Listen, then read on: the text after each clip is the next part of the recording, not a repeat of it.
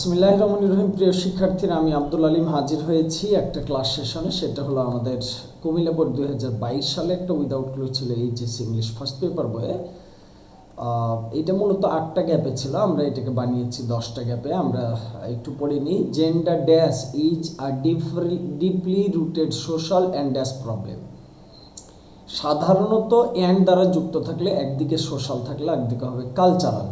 তাহলে এটা ছিল সোশ্যাল অ্যান্ড কালচারাল প্রবলেম।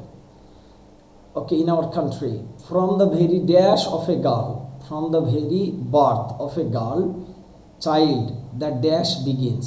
এই যে এইখানে যেটা আসবে এটাও হবে সেটারই অংশ। এটাকে বলা হয় জেন্ডার ডিসপ্যারিটি, অথবা বলা হয় জেন্ডার ইনইকুয়ালিটি, অসমতা, লিঙ্গ বৈষম্য বা অসমতা is a deeply rooted social and cultural problem in our country from the very birth of a girl child, একবারে জন্মের খুব শুরু থেকে the disparity begins, এই বৈষম্যটা শুরু হয়। ডে বাই ডে, দিনে দিন, she grows up and faces the dash attitude and faces the cruel attitude of the family members. তাহলে পরিবারের to her life, পরিবারের যে পারিবারিক সদস্যরা আছে এদের যে ক্রুয়েল অ্যাটিটিউড মানে নিষ্ঠুর আচরণ, এটা কি করে সে ফেস করে।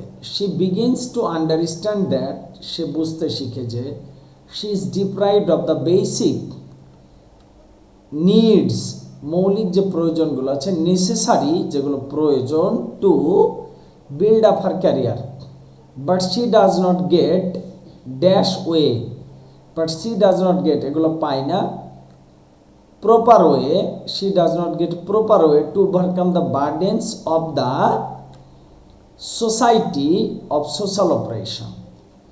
একটু বলে নি, সমাজের যে বাধা বিপত্তিগুলো আছে এগুলো সে অতিক্রম করতে পারে না। ইন দিস ওয়ে ভাবে she ends up her life keeping her dreams in her mind, আর সে তার মনের ভিতরে স্বপ্নগুলো রেখেই কি করে, সে তার জীবনটা শেষ করে দেয়।